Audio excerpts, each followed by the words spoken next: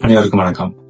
Ayesha பானல்ல Singapore இலக்கியங்கள் வரிசையில இன்னைக்கு பார்க்க போற புத்தகம் வந்து ஜோசபின் சாய் எழுதின க்ரோயிங் அப் இன் கம்போங் பட்டாங் பாசிர் அப்படிங்கிற ஒரு சிறுகதை தொகுப்பு. ஜோசபின் சாய் வந்து ஒரு சிங்கப்பூர் எழுத்தாளர். இவர் வந்து 1951 பிறந்து தான் பிறந்த கிராமத்தை பத்தி பட்டாங் பாசிர் அப்படிங்கிற இடத்துல அவங்க பிறந்திருக்காங்க. அந்த கிராமத்தோட கதைகளை வந்து நம்மளோட பகிர்ந்துக்கிறாங்க. இந்த கதை வந்து 2018 வெளிவந்திருக்கு. 10 கதைகளை கொண்ட சிறுகதை தொகுப்பு. பொதுவாக வந்து நான் வந்து ஒரு புத்தகம் வந்து எனக்குள் என்ன அளவுல வந்து ஏதோ ஒரு தாக்கத்தையோ இல்லை ஒரு உணர்வையோ ஏற்படுத்தினா அதை வந்து நான் அடுத்தவங்களுக்கு பரிந்துரைக்கிறதோ இல்லை அதை பத்தி பேசுறதோ செய்வேன். இந்த புத்தகத்துல இருக்க முதல் கதையே த மைலோட்டின் தட் சேஞ்ச் மை லைஃப் அப்படிங்கிற ஒரு கதை வந்து எனக்கு இந்த சிறுகதை தொகுப்பை படிக்கிறதுக்கு இன்னும் மேலும் ஆர்வத்தை தோன்றுச்சு. அது வந்து ஒரு மைலோட்டின் வந்து ஒரு 7 வயது சிறுமி வந்து அந்த மைலோட்டினை பாக்குறா. மைலோட்டின்ங்கிற இந்த வார்த்தை வந்து சிங்கப்பூர் கதைகள்ல பல இடத்துல வந்து வந்திருந்தாலும் இந்த கதையில இந்த மைலோட்டினோட அந்த மைலோ அப்படிங்கிற அந்த 4 எழுத்து அந்த 7 வயது சிறுமியோட வாழ்க்கையில பெரும் தாக்கத்தை ஏற்படுத்தி இருக்கு. அது அவளோட வாழ்க்கையவே மாத்திருக்கு. இந்த 7 வயது சிறுமிங்கிறது வந்து ஜோசபின் சாய் அந்த எழுத்தாளர் தான். அந்த 7 வயது சிறுமி தன்னோட வாழ்க்கையை தான் அவங்க வந்து கதைகளா மாத்திருக்காங்க.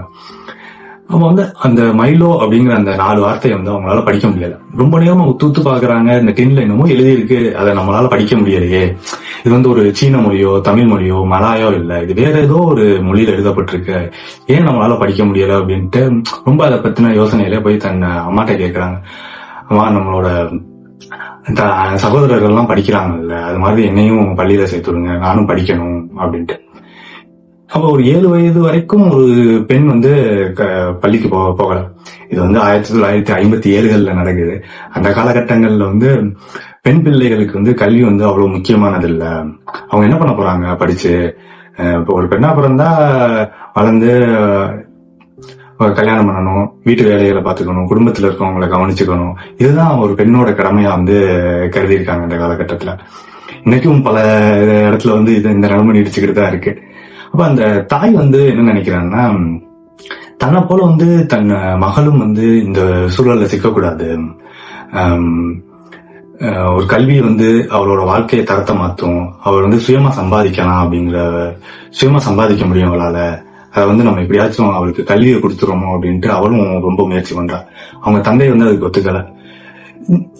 இந்த சூழல்ல வந்து அவங்க ஒரு முடிவு எடுக்கிறாங்க. அந்த 7 வயது சிறுமி வந்து தினமும் பள்ளி முடிச்சு வந்து நாசிலமாக்குங்கிற ஒரு உணவை வந்து அவங்க அம்மா தயாரிச்சு வச்சிருக்க உணவை வந்து போய் வித்து அதில் வரும் வருமானத்தை கொண்டு பள்ளி செலவுகளை பார்த்துக்கணும் அப்படின்னு தீர்மானிக்கப்பட்டு அந்த பெண் வந்து பள்ளிக்கு போக சம்மதிக்கிறாங்க. அப்ப வந்து இது வந்து 1957 நடக்குது இந்த கதை. அந்த காலகட்டத்துல யோசிச்சு பாருங்க, அப்பவே அந்த தாய்க்கு வந்து அந்த கல்வியோட அருமை புரிஞ்சிருக்கு. கல்விதான் தங்களோட வாழ்க்கையை மேம்படுத்தும் அப்படின்னுங்கிற எண்ணம் வந்து அவங்க மனதில் ஏற்பட்டிருக்கு. இதே காலகட்டங்கள்ல இந்தியாவில வந்து பெண் கல்வி அப்படிங்கிற இடம் வந்து என்ன நிலையில இருந்துச்சு நம்ம எல்லாத்துக்குமே தெரியும். இதை வந்து வெறும் கதைகள்னு நம்ம கடந்து போயிட முடியாது. ஏன்னா இது வந்து அந்த ஜோசபின் சாய் அந்த எழுத்தாளரோட வாழ்க்கையில அவங்களுக்கு நடந்த நிகழ்வுகளை தான் இங்க வந்து கதையா கொஞ்சம் கற்பனைகள் கலந்துருக்கலாம், கதையா நமக்கு வச்சிருக்காங்க. மேலும் அந்த கதையில வந்து இன்னொரு ஒரு முக்கியமான ஒரு காட்சி வந்து எனக்கு ரொம்ப பிடிச்சிருந்துச்சு. என்னன்னா, அந்த பெண் வந்து முதல் நாள் பள்ளிக்கு போயிட்டு திரும்பும்போது அவங்களோட தோழிகள்லாம் வந்து எப்படி இருந்துச்சு, முதல் நாள் பள்ளிக்கு போயிருக்கேன், முதல்ல யாருமே போகல, நம்ம கம்பவுண்ட்ல யாருமே போகாத இடத்துக்கு நீ போயிட்டு வந்திருக்க, எப்படி இருக்கு அப்படிங்கிற அனுபவத்தை கேட்கிறாங்க. அந்த பெண்ணுக்கு வந்து அதை எப்படி சொல்றதுன்னு தெரியல, அவ்வளவு பூரிப்போட அந்த பெண் சொல்றது. அதுல வந்து ஒரு காட்சி என்ன சொல்லுதுன்னா, இங்க இருக்க ஒரு பெண் வந்து இந்த சிறுமியை வந்து கழிவறைக்கு கூட்டிட்டு போய் காட்டியிருக்காங்க, எப்படி அந்த கழிவறையை பயன்படுத்தணும்னு சொல்லியிருக்காங்க. அப்ப அந்த கழிவறையை வந்து அவர் சொல்றது எப்படி இருக்குன்னா, அந்த கழிவறை வந்து நம்ம வீடுகளை விட சுத்தமா இருந்துச்சு, நம்ம வீட்டை விட அந்த கழிவறை பெரிதாக இருந்துச்சு, அங்க பல கியூபிகல்ஸ் இருந்துச்சு, வரிசையா தண்ணீர் குழாய்கள் இருந்துச்சு. இதெல்லாம் விட என்ன ஆச்சரியம்னா, ஒரு செயினை பிடிச்சி இழுத்தோம்னா எல்லாமே சுத்தமாயிருது அப்படின்னு. அதை கேட்ட அந்த தொழில்களுக்கு ரொம்ப ஆச்சரியமா, நிஜமாவா இங்க ஒரு கருப்பாம்பூச்சியும் இல்லையா, எலிகள் இல்லையா, வாசனை ஸ்மெல் இல்லையா அப்படின்னா, இல்ல எதுவுமே இல்ல, அது வந்து ஒரு மேஜிக்கல் கிங்டம் மாதிரி இருந்துச்சு எனக்கு. நான் அடிக்கடி வந்து கையை தூக்கிட்டு கழிவறைக்கு போயிட்டு வந்தேன் அப்படிங்கிற அந்த பெண்.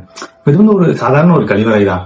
ஆனா இவங்க கம்பவுண்ட்ல வந்து அந்த கழிவறை எப்படி இருந்துச்சுன்னு தெரிஞ்சுக்கிட்டாதான் அந்த கழிவறையோட பூரிப்பு வந்து நம்மளால உணர முடியும். அவங்களோட கழிவறைகள் எப்படி இருந்துச்சுன்னு நம்ம தெரிஞ்சுக்கணும். அவங்க கழிவறையை வந்து ஒரு தகர டப்பாக்களை வச்சா இல்ல ஓலை குடிசை தட்டிகளை வச்சு அடைச்சிருப்பாங்க.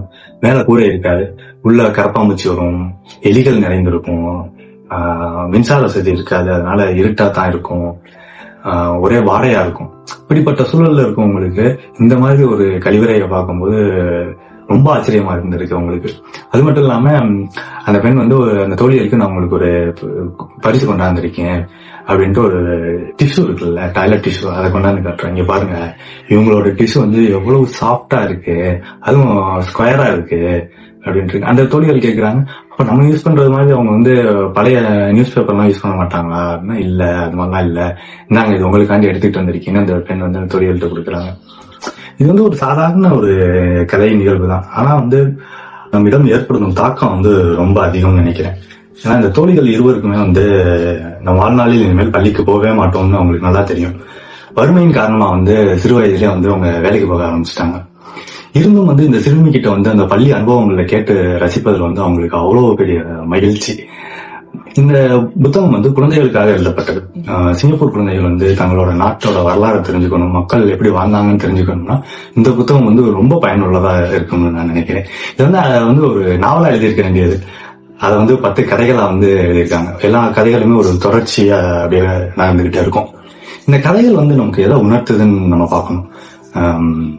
உதாரணத்துக்கு இன்னைக்கு இருக்க சூழல்ல வந்து நம்ம அன்றாடங்களும் இதுவும் பெரிய அலுப்பும் நிறைவின்மையும் அதிகமா இருக்க சூழல்ல வந்து நம்ம எந்த இடத்துல இருந்து இந்த இடத்துக்கு வந்திருக்கோம் அப்படிங்கறத கொஞ்சம் பின்னோக்கி யோசிச்சு பார்த்தோம்னா இன்னும் வந்து உத்வேகத்தோட செயல்பட வந்து நமக்கு உந்துதலா இருக்கும்னு நினைக்கிறேன். வாய்ஸ் ஆஃப் ஆனன்ல இது போன்ற பல சிங்கப்பூர் கதைகளை வந்து வரும் காணொலியில பார்க்க இருக்கோம். இணைந்திருங்கள். நன்றி, வணக்கம்.